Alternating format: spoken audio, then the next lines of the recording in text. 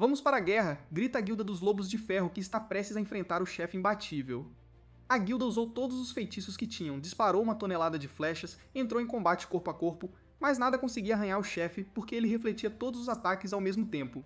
Esse poder está tão quebrado que destruiu toda a guilda, deixando apenas poeira para trás. Depois de perder a maior parte do time, o grupo basicamente desistiu de sair vivo daquela masmorra. É aí que o carregador de sacolas do grupo intervém, dizendo ao líder para segurar seus itens, porque ele iria sozinho para o chefe. O líder achou que o garoto estava brincando, mas quando ele puxou sua armadura super brilhante e começou a se mover tão rápido que nem o chefe conseguia acompanhar, o queixo do líder Blade caiu. O carregador da bolsa descobre que os olhos do monstro são seu único ponto fraco. Ele ataca diretamente o chefe e lança um feitiço que aciona o escudo do chefe de propósito para distraí-lo. O garoto ganha impulso, salta no ar e desce enfiando sua espada direto nos olhos do monstro. O chefe explode e cai derrotado. Blade não consegue entender nada disso porque foi a primeira vez que alguém limpou aquela masmorra. Quando diabos foi isso? Esse garoto é Sushiro Hayato, conhecido no jogo como Joker, e já atingiu o nível máximo. Ele é o único que completou 10 das 30 masmorras secundárias. Tudo graças a esta mulher Kokone, a criadora do jogo. Ela foi assassinada após descobrir que o jogo estava prejudicando os jogadores e tentando desligar os servidores. Mas antes de morrer, ela transferiu sua mente para o jogo. Agora ela é basicamente seu guia espiritual. Antes de Hayato conhecê-la, ele era apenas um jogador normal com um nível baixo sendo destruído por orcs. Quando ele estava prestes a se tornar a camisa memorial de alguém, do nada, uma garota aparece como um anjo, lançando um feitiço maluco e explodindo todos os orcs de uma vez. Essa é Kaori, uma velha amiga dele. Naquela noite, eles foram a um bar para tomar uma bebida e conversar. Kaori mencionou que tinha um plano para cultivar uma tonelada de ouro. Como ele estava falido, Hayato estava dentro. Ela entregou a ele um contrato de empréstimo onde ele deveria pegar o dinheiro para comprar a armadura do herói, o equipamento mais poderoso do jogo. No dia seguinte, eles foram para uma área agrícola secreta chamada Ninho do Dragão Esquecido. Como demonstração, vestindo sua roupa de herói, ela enfrentou o dragão e liberou sozinha um poder que atravessou o chefe como se fosse papel. A criança que estava escondida lá ficou chocada ao vê-la concluir 2 masmorras em pouco tempo e cultivar mais de 50 mil essências. Hayato percebeu e aceitou o acordo na hora. Eles foram direto para um escritório financeiro, onde ele conversou com Sonoda, que lhe disse que ele havia feito um ótimo negócio. Com sua nova armadura e o dinheiro do empréstimo, ele começou a se esforçar bastante até que um grupo de assassinos apareceu, chamando-o de idiota e dizendo que ele havia sido enganado. Quando os caras chegaram até ele, ele até tentou sair do jogo, mas aquela área tinha um segredo. Era uma zona PK e não havia saída. Do nada, um mago aparece acorrentando todos, mas Hayato nem precisou de ajuda. O MC entrou sozinho e cortou todo mundo, tudo graças àquela armadura completamente quebrada. O amigo que ajudou pediu apenas 10% do saque, então eles passam um por um pelos corpos dos magos caídos e saqueiam tudo. Uau, Xiao Bei usa fogo do inferno de nível 15 e esse é outro conjunto de Badlander. Já são 15 milhões apenas em armaduras. Um dos ladrões tenta atacar, mas Hayato acerta por baixo acabando com o cara. Mais 3 tentam atacar, mas também são destruídos em um único ataque. Isso perfaz 9 conjuntos de Badlander, o que significa 27 milhões. Sonoda diz que isso é inacreditável, estavam todos muito bem equipados. Hayato diz que estava lutando contra um noob, só que de alto nível, e pula em direção ao cara com a espada apontada para o pescoço. Depois dizendo que apesar da aparência, ele é treinado em combate. Naquele momento, alguém usa um poder relâmpago familiar causando uma enorme explosão no mago. Antes de chutar o balde, Xiao Bei diz ao amigo para pagar o que prometeu, e assim 10 almas foram dedicadas ao altar. Estas são as condições secretas que enfraquecem o selo de cristal. O ataque foi lançado por Kaori. Depois disso, ela usa o fogo do inferno nível 30 e o lança em direção ao nosso protagonista. Mas Hayato sabe que isso não afetará sua armadura de herói. No entanto, este poder é como uma esfera com pilares de fogo ao seu redor. Kaori diz que seu fogo do inferno está em um nível diferente e então reclama com Tsunoda que ele não conseguiu pegar um pirralho assim. O homem diz que o menino não é fraco, mas ela insiste que sim porque o conhece. Naquele momento, Hayato pergunta o que ela realmente sabe sobre ele porque ela nunca caçou em áreas de nível 70 com equipamentos de nível 60. Sem habilidade refinada, é impossível. Kaori fica chocada ao saber que o menino está vivo após ser atingido por seu poder. Hayato conta que no ano passado, enquanto ela se escondia com dinheiro emprestado, ele estava aperfeiçoando suas habilidades, e a menina vai se arrepender se achar que ele ainda é o mesmo. Então Kaori lança seu raio novamente, mas incrivelmente o garoto consegue desviá-lo. Ela pergunta se ele maximizou a defesa, então ela é atingida no rosto por seu próprio raio. Hayato diz que ele é agora, mas um símbolo laranja aparece ao seu redor, o jovem está confuso. Até parece um terremoto, mas as condições secretas foram cumpridas e a área secreta foi aberta. E assim nosso herói foi transferido para o subsolo. É quando ele vê o espírito de uma mulher preso dentro de um cristal flutuante. Hayato se pergunta se ela é um NPC e toca o cristal. A mulher parece familiar e diz que ela é a garota que perdeu a memória. e então tudo explode de uma vez. A garota está livre e flutua em direção a ele, então ela se funde com o menino, e ele recebe todas as suas memórias, inclusive as últimas. Então sua cápsula simplesmente explode e o menino sai de lá completamente destruído. No final, ele teve que ficar no hospital. Ao acordar, ele fica cara a cara com seu amigo Shelby. Ele diz que se não fosse por ele, o menino estaria morto. Como queria ter certeza de que seu amigo pagaria a dívida, ele foi até sua casa verificar e Hayato estava inconsciente. E Shelby realmente pensou que o garoto estava morto. Foi então que Hayato se lembra de ter tocado o cristal, e assim que a garota entrou em seu corpo, ele sentiu uma dor de cabeça horrível. E agora ele se lembra de todas as memórias. Infelizmente, seu VRS está completamente quebrado. Nesse momento, o protagonista começa a chorar porque pagou muito por aquilo. Na sala de espera, ele percebe que o sistema deve ter falhado. 1h30 depois, Hayato está gritando, tentando contar sua história para 2 homens. Um deles explica que o VRS não injeta nada artificialmente no cérebro de ninguém e está investigando o caso. O menino só precisa esperar mais um pouco. Nervoso, Hayato diz que é deplorável que os dois não acreditem nele e conta a história mais uma vez, mas um dos rapazes sussurra que encontraram a causa disso. Não foi um erro de sistema que causou a explosão, mas sim água pingando do teto que entrou na máquina. Pode ser porque o prédio é antigo, mas há vazamento de água de um cano no andar de cima. Claro que o jovem não aceitou isso, mas o homem repete que a busca da garota que perdeu a memória nunca existiu. Se ele tiver mais dúvidas, pode ir ao escritório a qualquer momento. Isso deixa o menino confuso porque se a missão não existe, então o que ele viu lá? De repente, Sonoda aparece com seus capangas, pedindo seus itens de volta ou sua vida acabará ali mesmo. Hayato não sabe como os rapazes descobriram que ele está no hospital, mas decide simplesmente sair de lá. Depois disso, ele mudou o local de listagem dos itens à venda e voltou para casa com seu novo VRS. No entanto, as taxas são muito altas. Além de pagar, Xiaobei ele está falido. E o último conjunto de Badlander não tem boas estatísticas e não está vendendo. Mas depois de vender tudo e pagar as dívidas, ele ainda deverá ter cerca de 300 mil sobrando. Agora nosso protagonista vai verificar se isso realmente foi um erro, então volta para Eldorado. Mas aparentemente não há ninguém lá. No entanto, pode ser que alguém esteja usando a furtividade novamente. Ele usa seu relógio de detecção e realmente não há jogadores. Hayato volta ao centro do símbolo, que anteriormente o levava para a área secreta. Uma garota ao lado dele pergunta o que ele está pensando, e ele explica que está procurando uma garota dentro de um cristal. Ela diz que deve ser ela, e o idiota percebe uma coisa. Os dois se encaram, confusos. Ele grita, e ela diz que não é um fantasma. Hayato toca o rosto dela e percebe que está em uma masmorra rara que ninguém sabe que existe com uma garota que conhece o jogo. Ela pergunta se ele realmente a conhece. A protagonista fica confusa porque se ela fosse um NPC, uma aura verde apareceria ao seu redor, e a garota misteriosa entra novamente no corpo de Hayato. Então ela pergunta se ele ainda pensa que ela é um NPC. O jovem acha tudo isso muito estranho. A menina agora é pequenina na mão dele e diz que só irá embora se ele contar onde a viu pela primeira vez. Eles estão andando por terrenos acidentados, falando sobre como ela perdeu a memória e não sabe como foi parar dentro daquele cristal. Hayato diz que só tem a sensação de já tê-la visto antes, mas não sabe onde. O estranho é que ele ativou a missão da última vez, mas agora ela desapareceu. Mas a garota tá bem ali ao lado dele. Talvez ela realmente seja um NPC, e a equipe de desenvolvimento deve ter dado a ela a aparência de alguma celebridade. A garota dá um tapa nele, repetindo que ela não é um NPC. Hayato fica chocado por poder tocá-lo, e a garota diz novamente que não é um fantasma. Ainda em dúvida, ele joga uma maçã na garota, que passa por ela e cai no chão. Isso deixa a protagonista ainda mais confusa, mas ela explica que só pode tocá-lo porque foi o jovem quem a acordou. Ninguém pode vê-lo tocá-la, exceto o menino. Hayato fica um pouco envergonhado e intrigado com a ideia. Ele diz que ser um NPC é difícil, e ela grita que não é. Mas o jovem diz que se ela não for jogadora, só poderá ser NPC. Enquanto isso, um elfo observa tudo e pergunta a Kaori se esse é o cara que fugiu com o dinheiro do presidente Mizuki. O guerreiro concorda e diz que fez os dois perderem 40 milhões. O elfo diz que o pirralho parece estúpido. Kaori diz que também pensava assim. Mas o garoto está no nível máximo em aparar, e eles só precisam recuperar a armadura do herói. O Sumi Shingen, que está no nível máximo e é um dos melhores jogadores do jogo, diz que espera receber 5 vezes mais. Kaori responde que pagará bem, então é melhor que ele faça isso rápido. Com o arco pronto, o elfo diz que só será preciso um tiro, mas a garota sente algo estranho e empurra Hayato para evitar que ele seja atingido. Isso faz com que a flecha passe de raspão, deixando Yusumi completamente atordoado. Kaori pensou que ele havia acertado o tiro e aplaudiu. Porém, o arqueiro fica frustrado porque o desgraçado se esquivou da flecha, e um contra-ataque vem logo em seguida, mas não acerta nenhum dos dois. Nosso protagonista está pronto para a luta agora. Kari vê com os próprios olhos que ele se esquivou da flecha e acha que é impossível. Afinal, o Sumi é o 82º melhor jogador. Irritado, o arqueiro prepara outro ataque, e este foi tão poderoso que criou uma onda de choque. Hayato está pronto para desviar, mas a misteriosa garota o chuta com todas as suas forças. O Sumi acha que o jovem conhece suas habilidades. Então a garota diz que ele atirou deliberadamente em ângulos que tornariam mais fácil derrubá-lo e forçar um ataque. Ela sabe que o cara tem a habilidade de perfurar uma armadura que supera a sua. É por isso que ele atira assim. Mas o idiota do Hayato nunca ouviu falar dessa habilidade.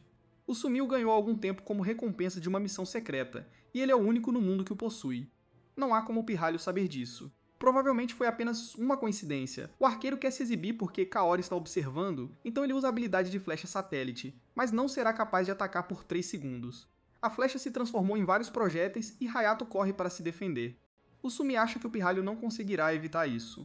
Aí a menina fala que sim, ele pode. Ele só precisa segui-la e poderá vencer. O protagonista não está muito confiante nisso.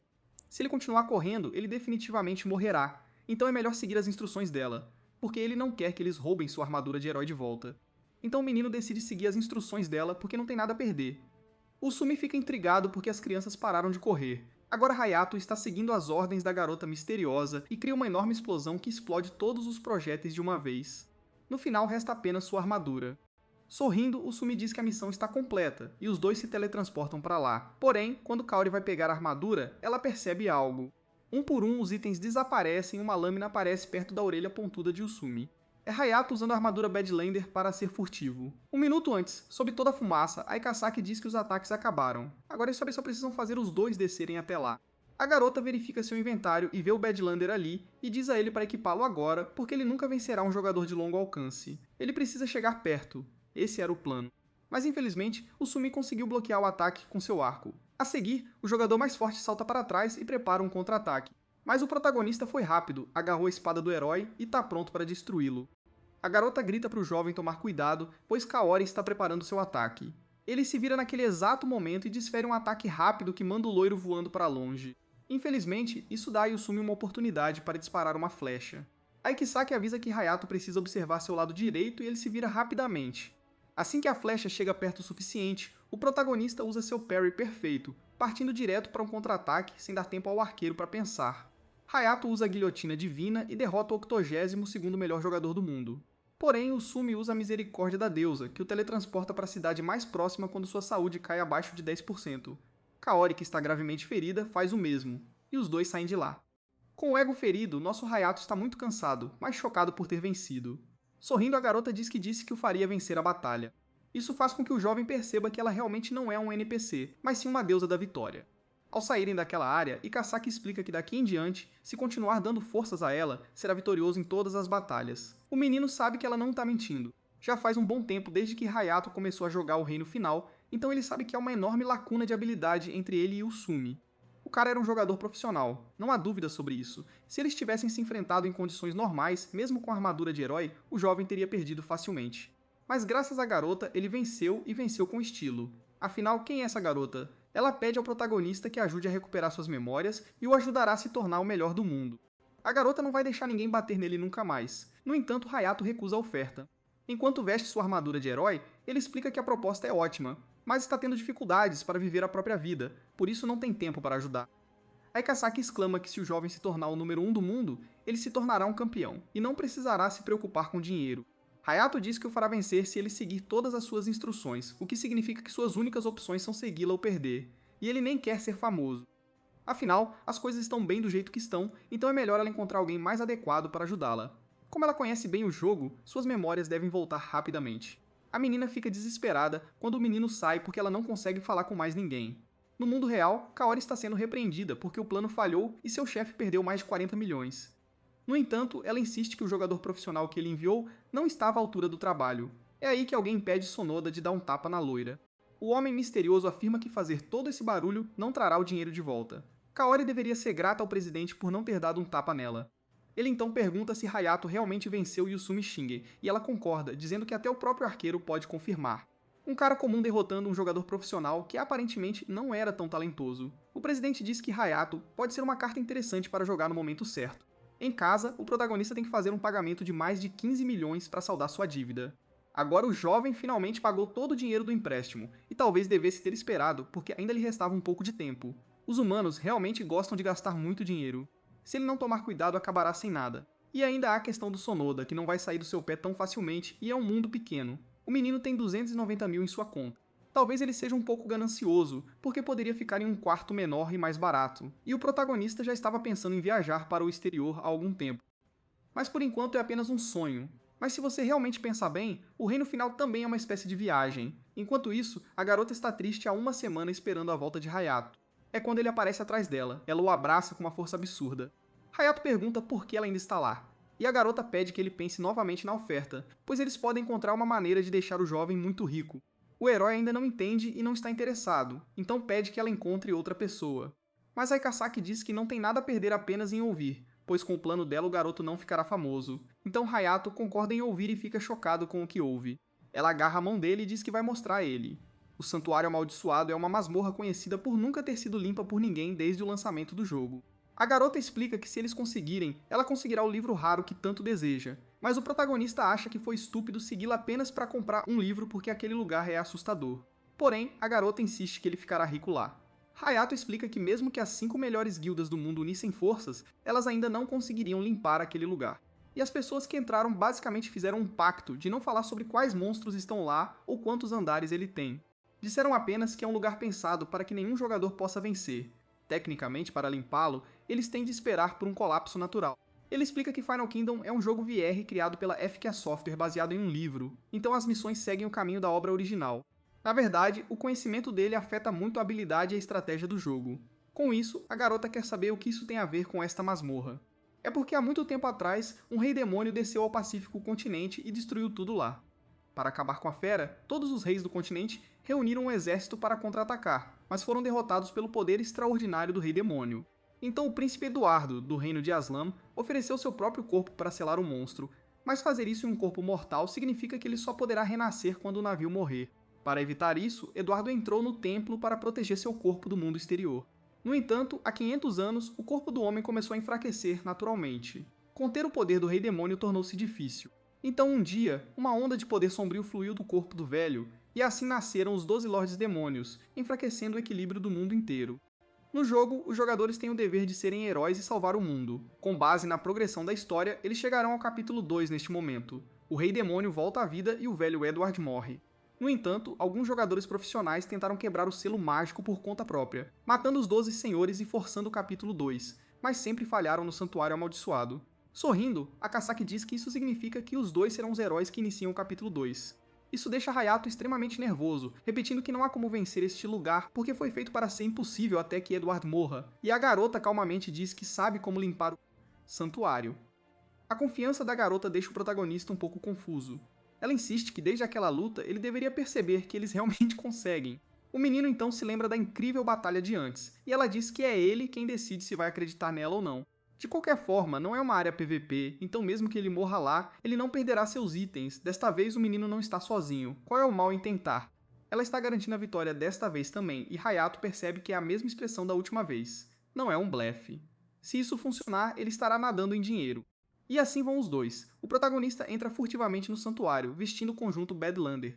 Enquanto isso, a garota explica que as habilidades do mago podem desfazer sua furtividade se ele não tomar cuidado, e toda vez que ela der o sinal, o herói terá que atacar. Mas há algo estranho nisso, porque as missões em Final Kingdom são basicamente sobre se tornar um herói enquanto derrota o exército do Rei Demônio, mas agora parece que ele é um vilão trabalhando para ressuscitar o grandalhão. Aikizaki pergunta se o jovem quer desistir do livro raro, mas ele diz que é só um jogo e que só quer o dinheiro. É quando um inimigo o ataca por trás, mas a garota é rápida e chuta Hayato para longe. O cara é forte, e o jovem não tem ideia de como notou. Então o guerreiro desaparece e o protagonista percebe que a criatura está escondida nas sombras. Quando o garoto menos espera, um mago ativa seu poder e sua furtividade desaparece de uma só vez.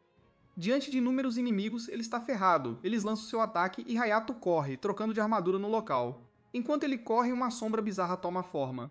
É um inimigo enorme, mas o menino já está preparado com a espada de seu herói e consegue desviá-la ao mesmo tempo em que desfere um contra-ataque sólido. Hayato começa a usar um poder. Porém, a garota grita que ataques físicos não funcionarão. Infelizmente, já é tarde demais e o monstro é feito em pedaços. Confuso, o protagonista acha que foi fácil demais. A menina exclama que se as estátuas se quebrarem, elas se multiplicam.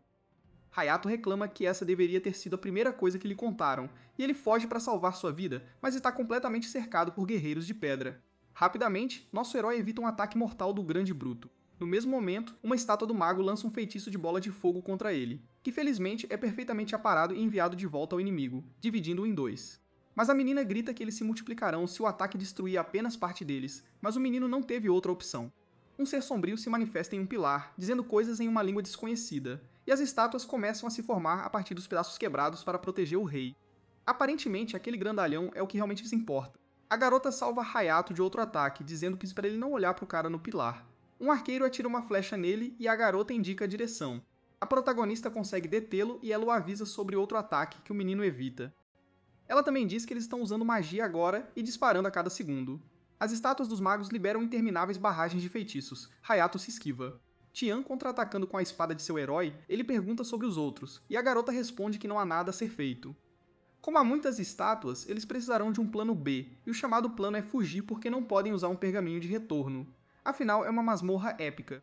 A entidade no pilar observa o menino de perto e o segue, mas a menina percebe e manda Hayato tomar cuidado. O ser quase manda nosso herói para a ruína, então o inimigo já prepara outro golpe poderoso. O rei de Parian consegue desviar outro e enviar a grande criatura voando para longe em uma onda de choque estrondosa. No segundo em que toca o chão, ele já ataca violentamente, o que é incrivelmente defendido com sucesso nesta luta épica. Hayato lança um ataque de espada direto na entidade de pedra, mas obviamente isso não a derrota. Assim, o protagonista continua com vários golpes rápidos sem pausa. Ambos atacam ao mesmo tempo, fazendo suas armas se chocarem e causando um estrondo. Hayato percebe que o cara não vai deixá-los escapar tão facilmente, então pergunta ao amigo se há outra saída. Ela tem um plano estranho e o chuta em direção ao inimigo, o que faz com que sua espada afunde estrategicamente no peito da entidade de pedra. A arma afundou em seu corpo de pedra, mas não o destruiu, e deu ao monstro gigante uma abertura para chutar Hayato. O inimigo começa a abrir a ferida no peito e simplesmente explode nas sombras. O protagonista fica muito confuso com a situação, mas Ikasaki explica que o cerne é o seu ponto fraco. Hayato poderia ter feito isso antes, mas multiplicou as estátuas antes de chegar ao chefe. É uma estratégia muito difícil de ser executada para quem está na classe guerreira. Agora a única saída é destruir as estátuas de pedra até que ela diga que elas podem ir embora. Confuso, Hayato pergunta se eles não vão se multiplicar e Kasaki diz que tem um plano. Então o herói continua com suas defesas perfeitas quando o chão começa a ceder sob seus pés porque os ataques do guerreiro são pesados, mesmo que ele esteja apenas aparando. Em seguida, o protagonista ataca outra estátua, mas a garota explica que eles estão usando uma armadura, então o jovem tem que mirar no pescoço deles. E é isso que Hayato faz, atingindo o ponto fraco da estátua com sua espada. Mais e mais guardas de pedra são derrotados um após o outro. Infelizmente, as estátuas dos magos começam a lançar todos os tipos de feitiços. Ikazaki manda o garoto desviar tudo, e é exatamente isso que ele faz a cada ataque. Então os feitiços caem sobre as próprias estátuas, destruindo todas e cada uma delas. Isso parece irritar a grande criatura, que diz algo numa língua desconhecida. Aparentemente é a habilidade de duplicação de sombras. E claro, todos voltam à vida para proteger o velho. O exército mais que dobrou de tamanho agora. Nervoso, nosso garoto confia em Ikasaki, e ela acha que isso vai funcionar. Todos eles lançam um ataque ao mesmo tempo, e a garota diz a Hayato para passar do ataque para a defesa. Ele evita tudo e os arqueiros são implacáveis. Ikasaki chuta o jovem para evitar que ele seja atingido. Esse poder vermelho é completamente letal, mas Hayato está ocupado se defendendo de um ataque direto. Quase parece que o protagonista foi atingido, mas ele já passou para o próximo ataque. Criando um forte impulso, ele divide a estátua em vários pedaços. Graças a Ikasaki avisando sobre algo vindo da esquerda, o herói consegue desviar as flechas. Porém, um ataque forte vem de trás do garoto e o atinge na cintura, perfurando diretamente. As flechas também não param, isso força Hayato a usar uma poção de resistência intermediária. Uma poderosa explosão de veneno está começando nos símbolos roxos, e Ikasaki diz ao jovem para desviá-la em direção à entidade. O menino faz exatamente isso, o que a criatura não esperava, mas mesmo assim, infelizmente consegue escapar a tempo. Mais e mais tiros venenosos estão chegando, e todos eles são repelidos contra o inimigo. Um deles atinge o monstro bem no ombro, e todo o seu corpo começa a se dissolver. Nesse momento, Ikazaki percebe que o inimigo está aumentando lentamente o número de sombras para vencer. Eles terão que acabar com isso primeiro, então a única opção é dissolver o cara. Hayato repele vários ataques, gritando que o monstro não tem para onde correr. E assim, o chefe foi completamente dissolvido, o que fez com que as outras estátuas se quebrassem. Ikazaki diz que disse a ele que aquele cara era o principal e controlava todos eles. Os dois tiveram sorte de usar a explosão de veneno 5 vezes seguidas. Se não fosse por isso, eles não teriam vencido. É um feitiço que os feiticeiros geralmente ignoram porque não causa muito dano. Pode ser aprendido no nível 50. No entanto, um aspecto surpreendente desta habilidade é que é o único feitiço capaz de dissolver estátuas de pedra negra. A única razão pela qual ela disse a ele para continuar atacando foi para aumentar o número e, junto com isso, a chance de obter uma explosão de veneno. Ikazaki pega a mão de Hayato e diz com um sorriso que eles deveriam ir para o próximo andar. Embora o príncipe Eduardo do reino de Aslam tenha oferecido seu corpo e selado o rei demônio há 500 anos, se sua vida acabar, o monstro gigante retornará, e quanto mais fraco ele ficar, mais difícil será conter o poder do demônio. E lá os dois estão no santuário amaldiçoado no 39º, andar enfrentando um enorme monstro águia de 3 cabeças. É o chefe final. Se Hayato falhar, tudo terá sido em vão. O menino concorda, esquivando-se de um ataque. Cada boca dispara um tipo diferente de magia, e as de fogo e gelo disparam em direção ao protagonista. O mestre de defesa consegue desviar todos os ataques. Com isso, Aikasaki grita que a cruz no meio do pescoço é o ponto fraco. Então Hayato faz um ataque com força total, acertando o monstro em cheio. O grifo grita de dor ao ser destruído. Não satisfeito, o herói enfia sua espada mais fundo. E quando a fera cai, Hayato sobe de nível. Agora ele tá com 75 anos, que é o máximo. O último andar tá livre. Apenas o famoso Edward permanece. Aikasaki explica que se perdeu o espírito de luta, perderá porque o cara é mais forte do que todos os inimigos que enfrentaram até agora. E então o portão se abre. Enquanto Hayato responde que sabe que Edward é um dos mais fortes do jogo. Lá está o homem sentado em seu trono. Edward comenta que o pirralho entrou ali sabendo que tipo de lugar era. Uma aura sombria emana rapidamente do homem e sua defesa física cai 100%, graças ao feitiço orgulho do governante supremo. Edward reclama que o garoto cometeu o pecado de atrapalhar seu descanso, e a defesa mágica do garoto cai 100%. Enquanto isso, Hayato percebe que isso significa que mesmo um ataque leve pode causar um ferimento fatal. O homem grita para ele pagar o preço com a morte, e sua resistência cai 100%. Com isso, o inimigo se levanta e se prepara para acabar com o protagonista. Aikasaki é rápido em chutar Hayato para longe. Se não fosse isso, ele teria sido morto ali mesmo no primeiro ataque. Isso deixa Edward desconfiado porque o garoto se esquivou mesmo sem resistência. A garota agarra o jovem pelos cabelos e ele reclama que consegue se esquivar. Porém, nesse caso, sem ela ele teria perdido a cabeça.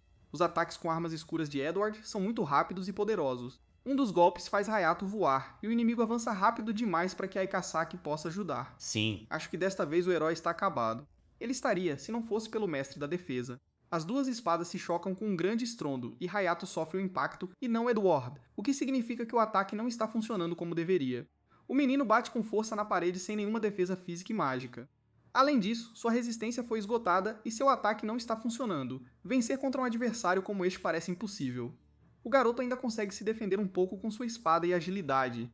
Porém, Edward é sanguinário e já tem outro pronto. Uma saraivada de golpes intensos sem pausa. Nosso herói está tendo problemas para se defender de tudo e para piorar a situação sua espada quebra. Hayato percebe que o cara o mirou de propósito. Mais um golpe e a espada se quebrará ao meio. Felizmente, Aikasaki rapidamente afasta o garoto. Isso deixa Eduardo muito confuso. Ele se vira e imediatamente lança outro ataque contra sua espada. O menino está esparramado no chão com sua cara espada de herói quebrada e desaparece. Como sua durabilidade chegou a 0, Aikasaki manda o menino parar de chorar e continuar na luta porque Edward não vai descansar. A garota fica feliz ao perceber que o inimigo levantou o braço e puxou Hayato para longe da onda de choque. Abre um buraco na parede e Aikasaki manda o jovem correr até lá. Há uma armadura incrível lá e totalmente nova. As pessoas que lutaram contra o Rei Demônio há 500 anos deixaram o equipamento lá. Edward percebe isso e parece um pouco desconfortável, mas é porque ele se lembrou de seus velhos amigos. O idiota não consegue correr porque não tem resistência, então Aikasaki agarra sua mão e o joga de uma vez. Isso deixa o grandalhão furioso, reclamando que vai contaminar os equipamentos do companheiro. Seu ataque de espada cria uma onda negra com raios que segue o protagonista. A espada está tão perto que não há como saber se Hayato chegará a tempo. Uma grande explosão acontece na sala. Aikizaki fica muito preocupada com a amiga. O jovem está diante de uma espada de luz. Edward diz que Alendite escolheu o pirralho como seu sucessor. Ele não consegue mais largar a espada. É lendário e causa 500 de dano. É a espada que seu inimigo usou para selar o Rei Demônio. Hayato não sabe por que arma os escolheu, mas assim que ele a agarra, todos os seus níveis de habilidade aumentam em 3 e os debuffs desaparecem. Nosso herói é extremamente poderoso agora e usará a espada ao máximo. Aikisaki grita que esta é sua chance de atacar Edward. Ele ataca, dizendo que esta espada é ainda melhor que a espada do herói e usa a habilidade Aeondite, que só pode ser usada 5 vezes por dia. Parece que este é o fim de Edward ou não porque ele contra-ataca. Um gigantesco raio azul sai de dentro do santuário amaldiçoado. Então ao lado dele, um raio preto escuro aparece. As duas energias se fundem enquanto os dois lutam, e tudo explode em roxo mesmo fora do local. Nosso herói está esparramado sem armadura porque sua durabilidade chegou a 0. No entanto, Edward ainda parece perfeitamente bem. Como o menino está sangrando, ele sofre danos contínuos e o cara não parece ferido. Ele estende a mão para o herói e usa sua habilidade de sacrifício, restaurando a vida de Hayato e perdendo a sua no processo. Nesse momento, Eduardo diz que sempre esperou pelo seu sucessor, e o menino ainda é inexperiente. Mas existe uma possibilidade. A energia do homem é repassada ao menino, assim como suas memórias de guerra. Seus amigos morreram e Edward jurou que nunca perdoaria o Rei Demônio. O homem cortou todos os ataques do monstro, mas não conseguiu derrotá-lo apenas com seu poder. Eduardo sabia disso, mas com a Lendita enfiado no peito do rei, ele poderia pelo menos selá-lo. O monstro grita que se ele o selar, já que é mortal, quando morrer retornará ao mundo. Depois disso, o homem construiu o santuário fortemente protegido, porque se ele falhar, o Rei Demônio retornará. E com isso, anos e anos se passaram. Seu corpo não aguentava mais conter esse poder. Ele precisa de outra pessoa para fazer isso. Assim, o poder do Rei Demônio é transferido para Hayato com a missão de mantê-lo selado junto com a capacidade de usar habilidades sem consumir vida, e tudo sobe 20 pontos. O menino agora tem uma aura maligna, chocado ao perceber que Edward passou todo esse tempo simplesmente esperando que alguém tomasse seu lugar e carregasse seu fardo insuportavelmente pesado. De volta à masmorra, um estrondo estrondoso varre o chão, revelando Edward, desmaiando e tossindo sangue. Hayato corre em sua direção, mas a alma do guerreiro apenas sorri, deixando o futuro do mundo nas mãos do menino. Antes mesmo que Hayato surte, o lugar entra em erupção, disparando um colossal pilar de luz que rasga o céu e desencadeia um anúncio do sistema global. Os jogadores em todo o mapa param o que estão fazendo e ficam surpresos ao ver que a morte de Edward inaugurou uma nova era.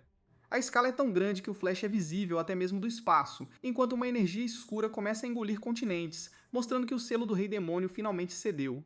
O sistema avisa que monstros estão aparecendo, revelando um mar de criaturas sombrias de olhos vermelhos, que rapidamente se materializam em um exército demoníaco. Sem entender nada, os jogadores ficam em choque ao ver que o nível máximo acaba de subir para 99. Um clarão ofuscante domina o horizonte, chamando a atenção de todo o reino de Aslan, onde o Rei Elfo observa o fenômeno da varanda. Ulisses deduz imediatamente que o herói lendário faleceu, mas acha estranho que ainda seja cedo para ele morrer. No centro de tudo isso, Hayato permanece olhando para o céu, dilacerado pela energia. Hayato continua olhando para o céu, ainda processando a morte do herói, até que Aikasaki aparece do nada, parabenizando o menino, abrindo um enorme sorriso ao revelar que Hayato herdou o título de rei, Demônio Selador. Ele olha para as próprias mãos, incapaz de acreditar na nova responsabilidade, mas entra em pânico ao perceber que o selo continuará drenando sua mana sem parar. Desesperado, ele protesta que esse não era o plano e exige imediatamente o livro raro, a verdadeira recompensa. Ikesaki solta uma risada nervosa e tenta fingir, admitindo que o item deveria estar nos aposentos de Edward, mas tudo ficou fora de controle. Suando frio, ele sugere que o livro abençoado provavelmente virou pó junto com o santuário. O grito desesperado de Hayato ecoa pelas montanhas do jogo, indo para o mundo real, onde ele tira seu fone de ouvido VR com a alma esgotada. Observando o nascer do sol, ele lamenta ter ficado logado por 2 dias seguidos, mas a exaustão se transforma em pânico quando ele começa a espumar pela boca, lembrando-se da espada lendária que ganhou de Edward, que é um item encadernado e não trocável. Para piorar a situação, o título de selador também fica permanentemente preso em sua conta, deixando-o sem lucro e com sua armadura no valor de 1 milhão em pedaços. Em total colapso, ele se joga no chão chorando pela perda absurda e culpa Ikasaki por tudo, imaginando o fantasma fazendo um sinal de paz zombeteiro. Tremendo da cabeça aos pés, ele mal consegue ficar de pé, caindo no chão e admitindo que tá com tanta fome que não tem forças nem para ficar bravo. Vendo o relógio marcando 06h35, ele lamenta não poder nem pedir delivery, decidindo se arrastar para fora e vagar pelas ruas vazias, em busca de um restaurante 24 horas. Mas a busca é interrompida quando uma van preta passa por ele e freia bruscamente, estacionando bem ao seu lado. De dentro do veículo, 3 figuras sombrias olham para ele em silêncio, fazendo Hayato arregalar os olhos e suar frio ao perceber que o perigo está batendo à sua porta. O líder ordena que verifiquem o rosto da vítima, arrancando a bolsa da cabeça de Hayato, e ele pisca confuso ao ser jogado no chão cercado por um trio ameaçador. Seus olhos se arregalam ao reconhecer os sequestradores, lembrando-se de quando solou e roubou esse mesmo time no deserto do jogo. O homem de óculos e terno grita exigindo os itens de volta e ameaçando matá-lo se ele recusar. Percebendo que foi sequestrado por Saki, ele solta um sorriso nervoso, suando frio ao perceber que está completamente ferrado. Longe dali, a cena corta para um prédio residencial sob o luar, revelando Shoma esparramado em sua cama, resmungando por ter que jogar partidas falsas contra novatos. Shoma fica ali entediado, soltando um suspiro ao se lembrar da proposta absurda que recebeu. Ele sabe que as arenas underground parecem ser ignoradas pelos profissionais, mas na realidade esses torneios estão cheios de veteranos aposentados. Coçando a cabeça, ele lembra que até aqueles monstros suam sangue por uma única vitória e range os dentes só de pensar em ser mandado para competir naquele inferno. Furioso, ele salta do teto, resmungando que essa era exatamente a resposta que deveria ter dado na hora. O problema é que na prática, ele acabou de joelho cercado por uma gangue, chorando enquanto os homens de terno o pressionavam para aceitar o esquema. Tentando esquecer a humilhação, Shoma resmunga que seria melhor dormir enquanto a cidade noturna toma conta da tela. Longe dali, em um escritório bem iluminado, um subordinado entrega uma pasta ao chefe que a abre imediatamente para conferi-la. O homem de terno sorri ao ver a lista de lutadores recrutados, ouvindo do funcionário que eles atraíram os melhores representantes das 3 arenas underground mais populares da Ásia. Satisfeito, ele elogia o trabalho árduo, ciente de que convencer essas pessoas a mudar de lado não é tarefa fácil. Ele então desliza um envelope grosso sobre a mesa como recompensa, fazendo o gerente se curvar imediatamente para agradecer pelo bônus. Em vez de ir embora, o gerente hesita e fica parado, fazendo com que o homem de terno perceba seu desconforto e pergunte se ele tem algo a dizer. O subordinado cria coragem para fazer uma pergunta, querendo saber por que arrastaram aquele Zunshu para o esquema, já que a equipe de elite que recrutaram deveria ser mais que suficiente. O patrão concorda, imaginando veteranos se enfrentando em batalhas colossais que lotariam as arquibancadas de torcedores. Comparando a situação a um crossover épico com Batman e Homem de Ferro se espancando, ele garante que o hype dos eventos faria com que o dinheiro das apostas fosse derramado em suas contas. Mas então ele ajusta os óculos com um sorriso presunçoso e pergunta se o funcionário realmente acha que só isso é suficiente. O subordinado fica surpreso e pergunta como ninguém jamais havia pensado em um esquema como esse antes. O patrão continua a actuar, explicando que as grandes arenas subterrâneas preservam o seu monopólio ao untar as mãos dos poderosos. Ele abre um sorriso ganancioso, ilustrando uma terceira empresa investindo dinheiro para roubar os craques da competição, deixando seus proprietários originais espumando de raiva. Começando a suar frio, o gerente pergunta como eles lidaram com aqueles atrevidos recém-chegados e ouve que a solução era simples. As antigas empresas subornaram os combatentes de volta. Com um olhar sombrio, o homem de terno diz que armar um golpe e fugir não é mais uma opção, revelando a silhueta ameaçadora de um figurão fumando um charuto. Desta vez, o enorme investimento vem diretamente do temido presidente Wong. O patrão joga uma ficha na mesa, dizendo que eles precisam de um verdadeiro coringa para enfrentar os veteranos, fazendo o gerente perder o controle ao ver a foto de Hayato e gritar que ele não passasse de um novato.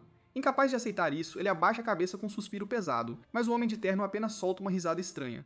Apoiando as mãos sob o queixo, ele pergunta se seu subordinado realmente acha que essa escolha foi aleatória, deixando o funcionário completamente perdido. Sonoda então abre um sorriso afiado, seus olhos brilhando em um roxo bizarro, revelando que ele já viu o verdadeiro potencial do menino através de seu familiar falcão. Corta para o pássaro mágico voando sobre a cratera da masmorra secreta, refletindo em seus olhos o exato momento em que Hayato absorve a aura do rei demônio na frente do herói. O falcão gira no céu, fugindo da energia escura, e mergulha até o mestre que o espera no topo da montanha. Assim que o pássaro pousa em seu braço, o avatar de Sonoda absorve as memórias do pássaro em um flash arroceado, vendo claramente o rosto de Hayato no meio daquela aura demoníaca. Os olhos do elfo se arregalam em choque e naquele exato momento, ele vê o gigantesco pilar de luz do santuário rasgar o horizonte. A imagem do jogo se mistura com o rosto de Sonoda no mundo real, e ele abre um sorriso ganancioso ao perceber que tropeçou no maior segredo do servidor. Sem entender nada, o gerente esparramado no chão só consegue imaginar o que diabos o chefe viu para ter coragem de apostar o futuro da empresa em algum garoto qualquer. Caminhando pelos corredores, o técnico se depara com uma figura encostada na parede, revelando o jogador profissional Sojibuk, de braços cruzados e parecendo tudo menos amigável. Confuso, o homem de terno pergunta o que ele está fazendo ali a essa hora, mas Jibuk ignora a pergunta e vai direto ao assunto, exigindo saber quem é aquele desgraçado. O funcionário parece completamente perplexo, sem entender o que ele quer dizer até que Jayu cerra os dentes, deixando claro que ele se refere ao cara que ferrou com ele alguns dias atrás.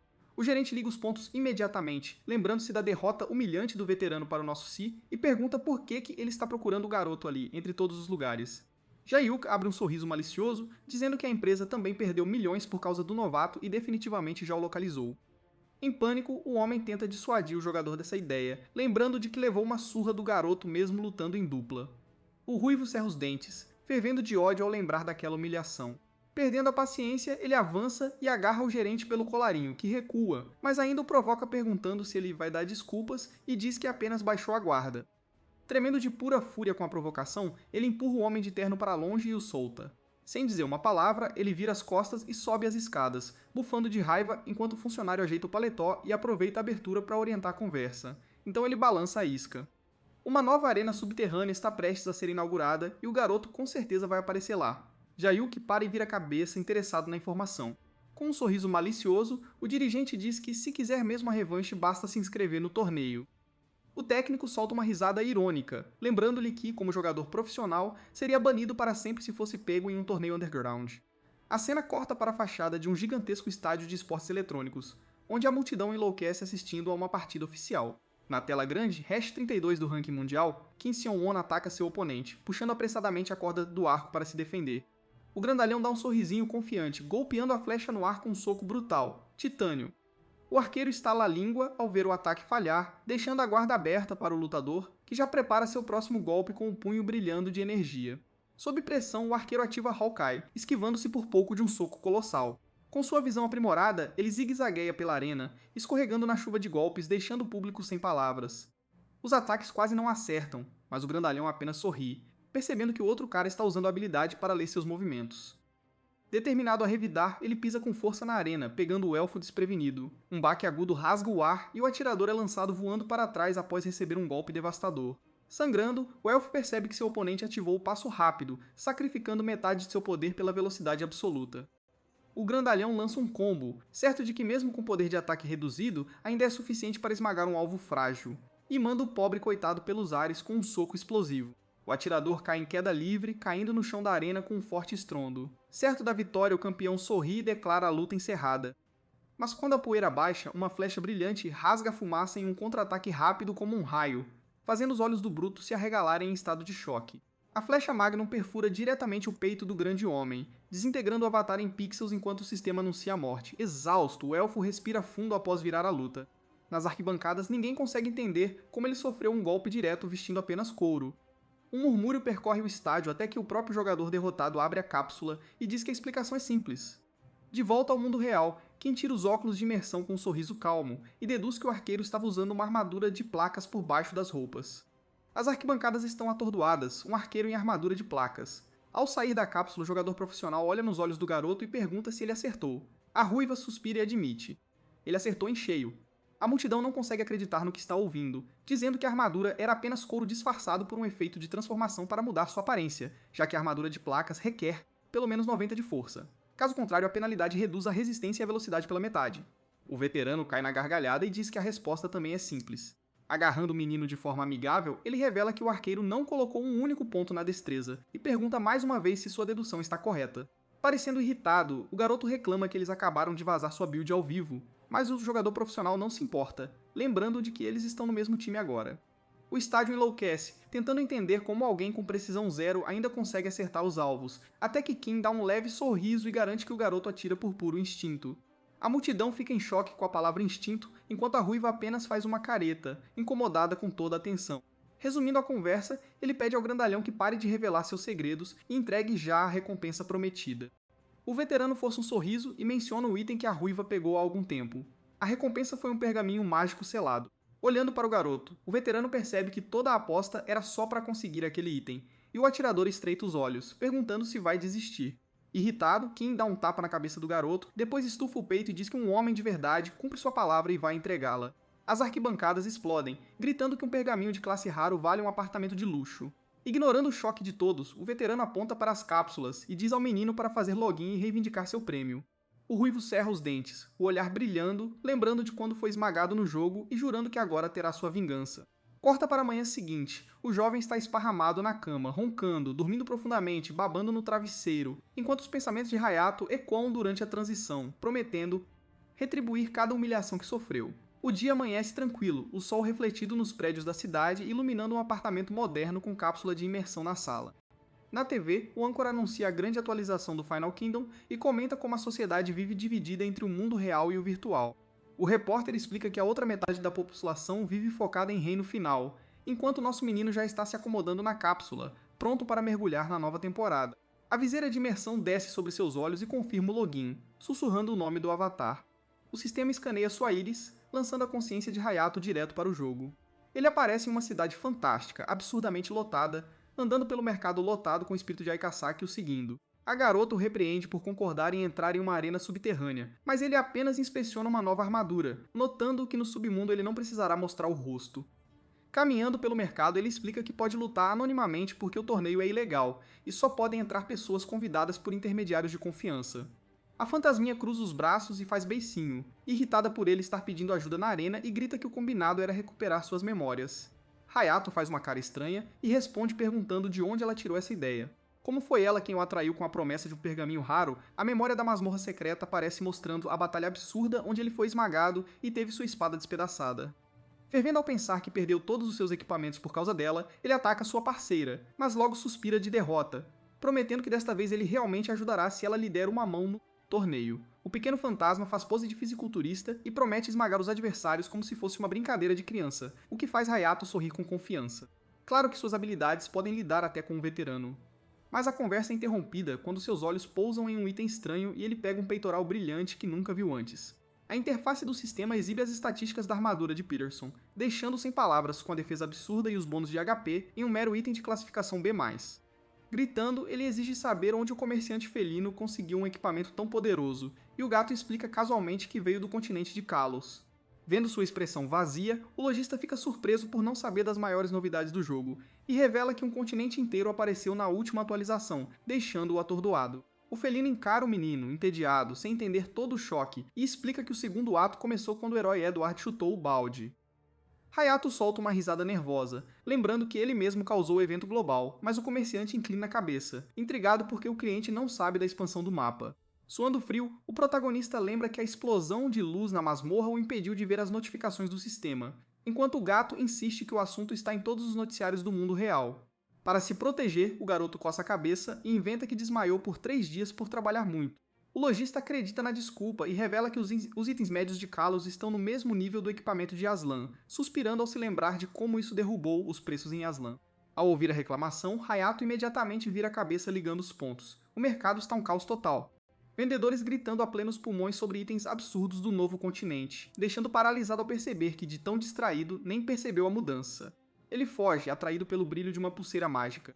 Inspecionando o acessório, ele quase tem um ataque cardíaco, babando ao ver que o item de classificação dá bônus absurdos na velocidade de ataque e na redução do tempo de recarga.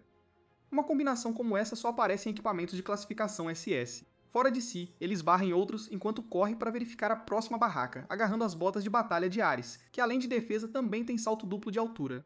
O choque é tão grande que o item escorrega de sua mão. Tremendo, ele tenta entender como uma peça de armadura pesada dá tanto bônus de mobilidade, e suando frio percebe que está ferrado. O pequeno fantasma não entende seu desespero e murmura aterrorizado porque o meta do jogo virou de cabeça para baixo enquanto ele dormia. Inocentemente, ela inclina a cabeça e pergunta se isso é realmente um problema tão grande. Ele quase tem um ataque cardíaco ao lembrar que já se passaram 3 dias desde a atualização, tempo mais que suficiente para os concorrentes analisarem o novo meta e montarem builds quebradas. Vendo seu pânico, a criadora do jogo dá um tapinha nas costas dele e abre um enorme sorriso, garantindo que ela sabe tudo sobre o novo meta. Os olhos de Hayato se arregalam instantaneamente, percebendo que sua consciência recebe atualizações do sistema em tempo real.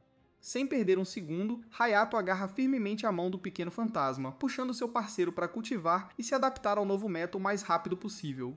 A cena corta para uma ilha vulcânica isolada no meio de um mar laranja. Dentro da cratera, uma criatura começa a emergir dela, subindo tão alto que chega aos céus, mas a grande fera parece que está com indigestão e cospe uma pessoa. Parece que o MC soltou outro chefe. E Hayato faz uma pose vitoriosa ao receber a armadura amaldiçoada do dragão marinho como recompensa e sorri depois de finalmente encerrar seu cultivo de itens. Longe dali, uma tocha crepita numa parede escura, revelando o tapete vermelho de uma imponente sala do trono. O presidente Wong pergunta sobre o andamento dos preparativos para o torneio Underground. Ajoelhado, o druida Sung Yun agradece o generoso investimento, relatando que recrutou estrelas das 3 maiores plataformas de arenas Underground. Com muita gente contando os dias para o evento, Wong coça a barba ao notar que o evento já atraiu os maiores apostadores e sorri, com os olhos brilhando de ganância, antevendo muitos candidatos além dos já contratados. O lacaio continua a reportagem, dizendo que as apostas se espalharam, o prêmio será recorde e os veteranos querem participar do evento, fazendo o presidente acariciar a barba e perguntar quantos lutadores habilidosos há entre eles. Como as inscrições são anônimas, não há como saber quem comparecerá. Longe dali, uma fortaleza sinistra ergue-se sob o céu noturno, cercada por um exército inimigo. De cima, o menino observa em silêncio. O líder da guilda Triple X grita exigindo rendição imediata para evitar um massacre, arrancando um sorriso zombeteiro do topo do muro. Zombando da ameaça, ele espalha uma aura roxa pela parede, convocando um batalhão de espectros para equilibrar as probabilidades. As tropas inimigas ficam atordoadas com o número absurdo de soldados infernais que ele convocou, mas o líder as mantém calmas, lembrando-as do arsenal de armas sagradas que trouxeram. Mas o garoto apenas sorri com desdém e estala os dedos. Imediatamente, o enxame de demônios roxos salta das paredes, atacando como uma avalanche enquanto a guilda revida invocando um anjo gigante. A criatura divina levanta voo, purificando as sombras com rajadas de luz, abrindo espaço para o arqueiro de elite abater suas tropas. No meio do caos, um corvo com olhos brilhantes observa até bater as asas e desaparecer na noite com o rebanho. O campo de batalha se transforma em um cemitério de jogadores com notificações de morte aparecendo enquanto os corpos se transformam em poeira digital. O líder do Triple S cai no chão, chorando e tremendo ao perceber que não há salvação. Para piorar a situação, um tenente encara o covarde com um sorriso sádico e acaba com o inimigo com uma estocada. Akado apenas sorri, contemplando a chuva de partículas e os danos causados com seu novo disfarce de necromante. Longe dali, uma figura encapuzada caminha sozinha por uma floresta escura, sem saber que está sendo vigiada por Nox Fujo, a guilda de assassinos mais mortal do mundo. Sem aviso, os assassinos saltam das sombras, atacando com tudo para destruir o alvo solitário, mas a figura encapuzada nem sequer sua. Ele simplesmente puxa o punho da espada e em 1 milésimo de segundo, uma teia de cortes semelhantes a laser corta o esquadrão no ar. O capuz voa para trás, revelando Nulf, um cavaleiro élfico. Ele embainha Sildfid Swift, a arma lendária que corta na velocidade da luz e continua caminhando calmamente sob o brilho da lua gigante. Uma conta de asas espalha apenas pelo céu. Rasgando o vento com asas imensas, um arqueiro alado desce dos céus pronto para a batalha. O atirador é Seu Jayuk. De volta à base presidencial, o patrão fica surpreso com a quantidade de veteranos presentes no evento, rindo nervosamente e perguntando se ainda conseguem manipular as apostas com tantos lutadores fortes por perto. Ajoelhado no tapete, o druida Seu Jaun diz para ele manter a calma, abrindo um sorriso malicioso ao garantir que os mercenários contratados também são monstros. A cena corta para uma guerreira colossal devorando um osso gigante perto da fogueira, enquanto o lacaio explica que seu histórico de perdas é apenas uma fachada feita de lutas lançadas. Na verdade, a força deste grupo é surreal, o que fica claro quando vemos a mulher massacrar um lendário dragão vermelho, deixando para trás uma pilha de carcaças como aquecimento. O lacaio revela que esses mercenários são criminosos notórios que operam no submundo. Corta para a arena subterrânea, um coliseu gigante incrustado em um deserto escaldante. A Ikizaki fica sem palavras ao ver a quantidade absurda de jogadores que vieram competir. Percebendo Hayato olhando em volta ansioso, o pequeno fantasma pergunta o que há de errado e se vira para encarar um elfo com uma máscara holográfica parado bem atrás dele. Com um sorriso presunçoso, a garota desativa o disfarce, revelando ser Kim Ye-yun. Nosso menino faz uma careta de desgosto ao reconhecê-la e grita, perguntando por que ela o está seguindo novamente. Enquanto o loiro dá de ombros como se nem quisesse gozar, o loiro reativa a máscara holográfica, dizendo que o chefe a enviou para guiá-lo pela arena como um competidor VIP. Eles entram em um corredor isolado. Lá, Ye-yun apresenta o convidado a um guarda corpulento de óculos, que o olha com desdém, dizendo que não deveriam tratá-lo assim só porque ele venceu um profissional que nunca estreou. Hayato transborda, lembrando que esse mesmo cara já levou uma surra dele antes, mas engole o orgulho e segue o grandalhão em silêncio, até que param em frente a um círculo mágico brilhante no chão. O guarda diz ao garoto para subir no portal brilhante no chão, e o MC obedece, amaldiçoando o bastardo arrogante em sua cabeça enquanto a Ikisaki começa a rir. O feitiço de teletransporte é ativado, engolindo nosso garoto em uma luz ofuscante e deixando o grupo cair em um salão luxuoso repleto de figuras mascaradas. Hayato e os guias se materializam num piscar de olhos, enfrentando uma multidão que irradia força bruta. Assassinos e guerreiros sinistros ocupam todos os cantos do salão. O MC olha em volta e pergunta que lugar é esse. O guarda de óculos responde, explicando que é a sala VIP para jogadores escolhidos a dedo pelo diretor Mas, já qualificados para o torneio principal. Nossos meninos engolem seco sob a pressão da atmosfera, enquanto um gigante o encara com os braços cruzados. O guarda revela que os veteranos foram contratados pelo diretor Mas para atuarem como armadores do torneio. Em outras palavras, mercenários pagos pretendiam manipular os resultados da luta, mas por serem criminosos imprevisíveis, a organização duvida que sigam o roteiro. Olhando para Hayato, o guia diz que é por isso que ele foi chamado de Coringa. Com um sorriso zombeteiro, o bruto duvida que o novato consiga aguentar, fazendo Ikisaki bufar de indignação. O pequeno fantasma diz ao velho para cuidar da própria vida, insistindo que seu parceiro é imbatível. Ignorando a repreensão espectral que ele nem consegue ouvir, o guarda empurra o protagonista por trás, deixando os meninos fervendo de ódio pela audácia do lacaio. Hayato tropeça após o empurrão do guarda e se joga no sofá de mau humor com os braços cruzados. Um largo sorriso quebra o gelo, revelando o anfitrião chifrudo ao entrar no salão e agradece a todos por terem vindo. O homem vai direto ao ponto, explicando que o torneio terá 16 participantes. 12 dessas vagas já pertencem à elite ali reunida, e as outras 4 serão decididas nas preliminares, antes do início da fase de mata-mata. Caminhando pelo tapete, o organizador lembra que o dinheiro do evento vem do concerto das lutas, arrancando um sorriso malicioso de um mercenário, ao dizer que todos devem fingir suas perdas de acordo com o roteiro da administração. O anfitrião chifrudo estende a mão, pedindo com um sorriso que todos desativem suas máscaras e se apresentem. Hayato se assusta ao saber que eles precisam mostrar o rosto. Começando a suar frio, ele reclama que não quer ser reconhecido em um lugar sombrio como este, fazendo o elfo suspirar de tédio. Hayato enlouquece ao saber que revelar suas identidades é padrão no torneio, questionando como isso faz sentido em um evento ilegal. Mantendo a calma, Ye Yuanxing diz que quanto mais ilegal for o negócio, maior será a confiança entre os parceiros, e que conhecer os ex-profissionais facilita a realização de brigas críveis para o público. Hayato se irrita quando o loiro ri dele por ser o único amador ali. Com um brilho digital, as máscaras começam a se dissolver uma a uma, revelando os rostos desgastados dos veteranos. Os olhos do protagonista se arregalam ao reconhecê-los, identificando a loira descontraída como a primeira campeã da Liga Europeia. Bem ao lado dele, um guerreiro ruivo com armadura pesada impõe respeito, seguido por um homem de sobretudo, uma lenda viva do jogo. Mesmo sem nunca estrear como profissional, nosso garoto fica sem palavras ao se ver cercado de ex-prodígios do esportes, mas logo franze a testa com desconfiança. Olhando para o resto da multidão, ele fica curioso sobre os estranhos recém-chegados, como a gigante amazona e o baixinho encapuzado. Enquanto a sala VIP fervilha, a arena principal treme enquanto a multidão enlouquece com as partidas preliminares. Na arena, um ladino mascarado ataca um arqueiro, saltando para trás e esquivando-se no último segundo. Os dois trocam golpes em um ritmo frenético, até que ele percebe que o arqueiro está apenas se esquivando, gastando sua própria resistência. Sorrindo com confiança, ele admite que enfrentar arqueiros com armas de curto alcance é um pesadelo, mas mantém a pressão, ele conhece uma fraqueza fatal. Apesar de ser letal, a recarga de um segundo é a sua ruína. Ainda mais rápido que o tempo de lançamento de um mago, sacar uma flecha da aljava cria a abertura perfeita para um contra-ataque.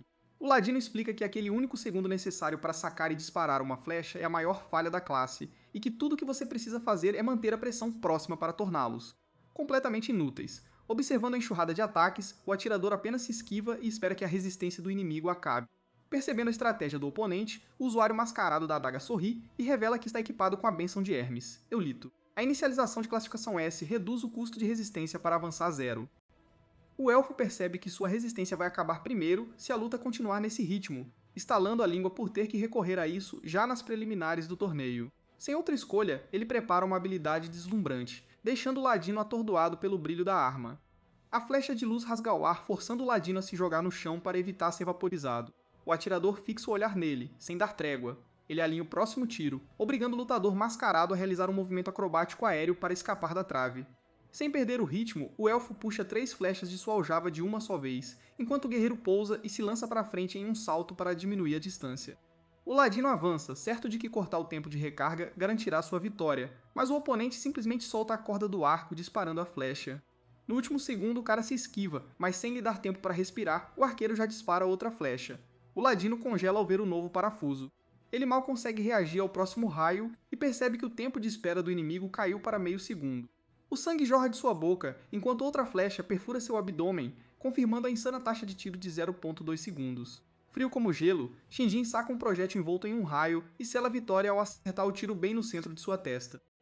A multidão enlouquece.